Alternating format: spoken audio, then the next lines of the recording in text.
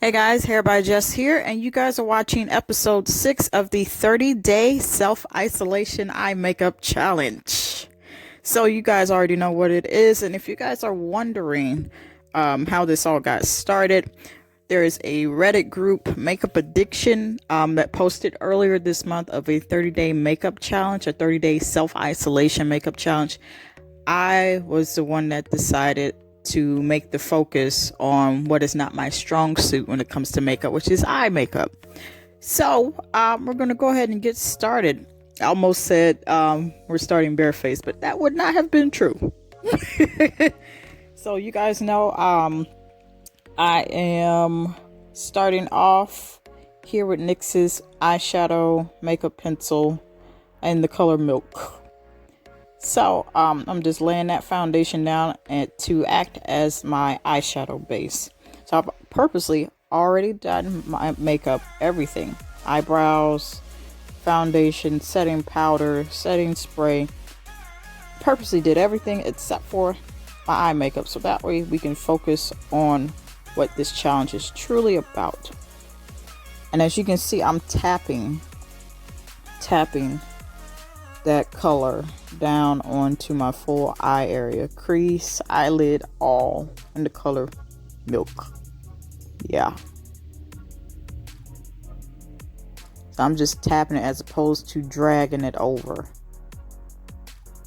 So I decided to try this application method because I didn't want strokes to be there hiding underneath me, packing that shadow down on what is acting as my eyeshadow base. So I do hope you guys are doing absolutely positively well. There's lots of talk of reopening up. I don't want to get into too much of that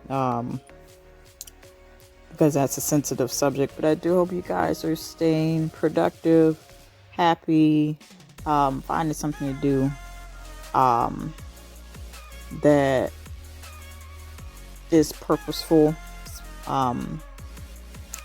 rekindling that time back with your family, kids. For those of you that have kids, it's really kind of like a reset for you to learn what's the most important thing in life. So I do hope you guys are doing well. All right, so I'm starting that Pretty Glam palette, that dark brown color, the one that I've reached the bottom of the pan, but the sides are still exposed. And I'm putting that directly in the crease, and as you can see, I'm using the second smallest brush that I have to apply that dark brown in the crease. I didn't want to do a dark brown. So it's the softest, one of the softest browns I have out of both palettes. But we're starting in the crease here.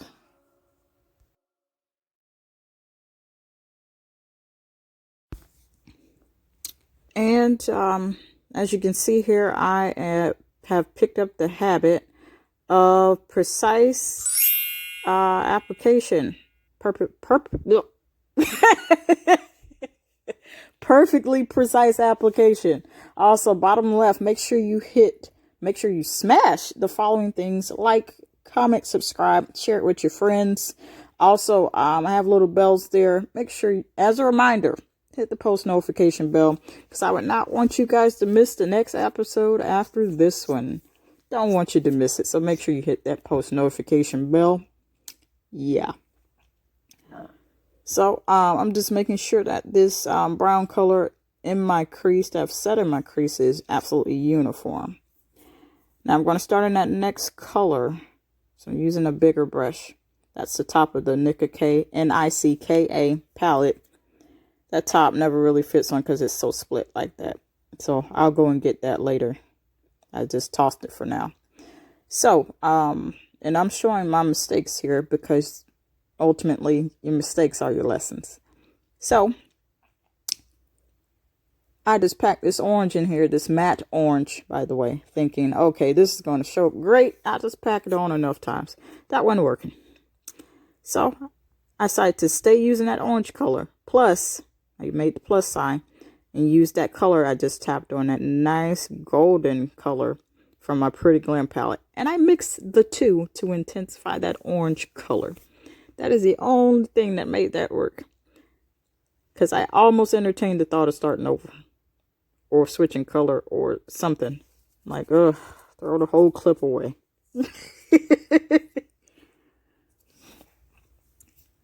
But the good part about this challenge is making it work. And it's also forcing me to think creatively and to think outside of the box. All right, so speaking of thinking outside of the box, I do hope you guys are doing absolutely positively well. I do hope you're enjoying and cherishing the time you have with your family. I do hope you're reconnecting with the Lord, in your relationship with him, if you have one. If you don't have one, I hope you've started. It's really important. It's the only thing that, he's the only one that's going to get us through this, really, to, tell you the truth, because, that's what's been getting me through. He's the only one that's been getting me through. But I do hope you guys are doing absolutely well, staying productive, learning on a whole other scope of the true value of family and the things that are really important, not this frivolous, senseless stuff, learning what's truly important. Right now, so as you guys can see, that orange is intensified since I decided to mix it with that golden color from the Pretty Glam palette. So I'm just going in to fortify. I don't know why I wanted to say that brown color, but this time I took it from the Nicka, Nicka. I'm going to forever spell that. I took it from that palette. Because what I didn't want is to put on so much orange. And then, sis, brown is gone. It's gone. Where's the brown, sis? You said you were using it's gone. But I put... No, we're going to go back and reinforce that. Yeah. Okay, so in that top part where the white is still left, we're using that nice soft pink color. I call it the pink flamingo color. So when I started this, I kind of imagined it looking different, you know. You envision it one way, but reality is really different. Yeah, significantly different. Yeah. Anywho. So I started putting this here, but then it was starting to not look right and not blend right. So I decided to go ahead and get that brown from our NK palette. Nicka K, Nicka. And what I decided to do is use the brown to push out the pink color, but not completely, to where it was just enough for you to see that pink color. That way it blended well, and as you can see, you see just enough of that color, but it's not too much. Now I used the setting spray with that brush you guys just saw, and that nice, yes, champagne color from the Pretty Glam palette. And what we're going to do is use that brush that is wet with the setting spray to put that champagne color not only in the inner corner of my eye to brighten it and bring attention to it for this look, but we're also going to use it as a separation of the orange color from that brown color that's sitting in my crease.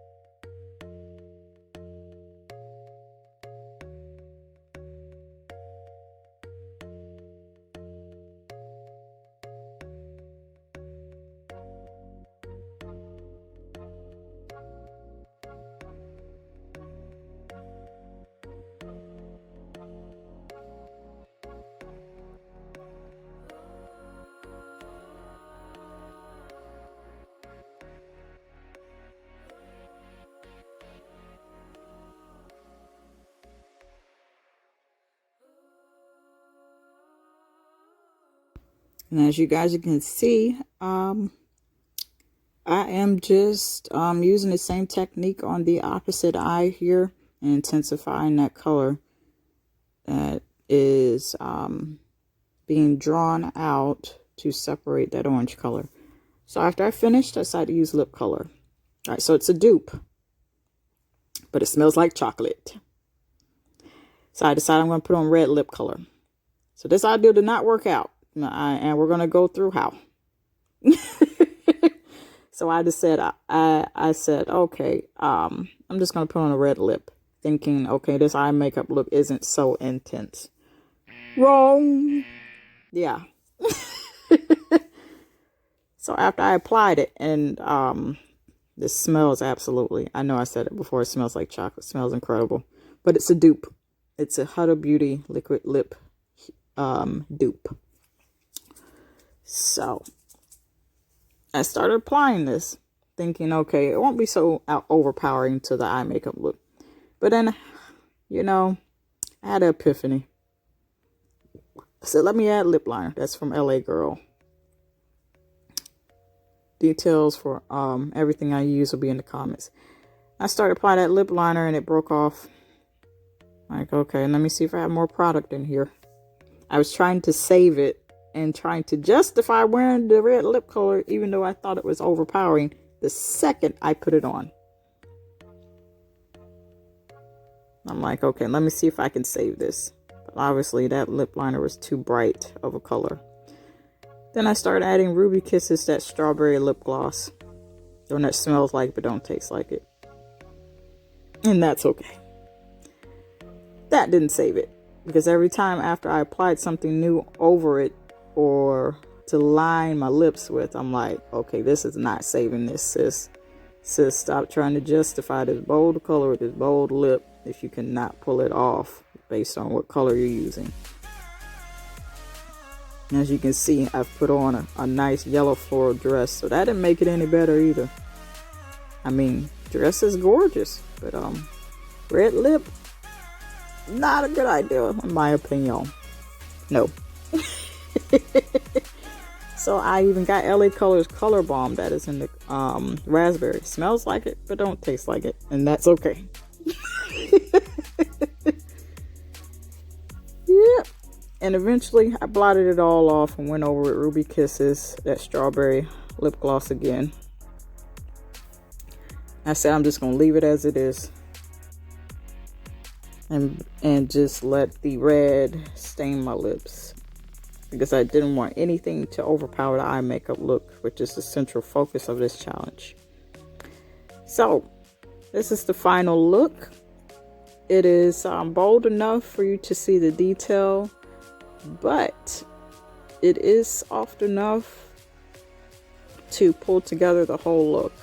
I decided to do my hair as well, and this is the same lace frontal wig that I'm wearing. Had it just over a year, and I just simply put Got to Be Glued in the freeze spray and the yellow can in the parting, directly in the parting at the front. And I also put pink luster glosser on it. And until next time, in the next episode,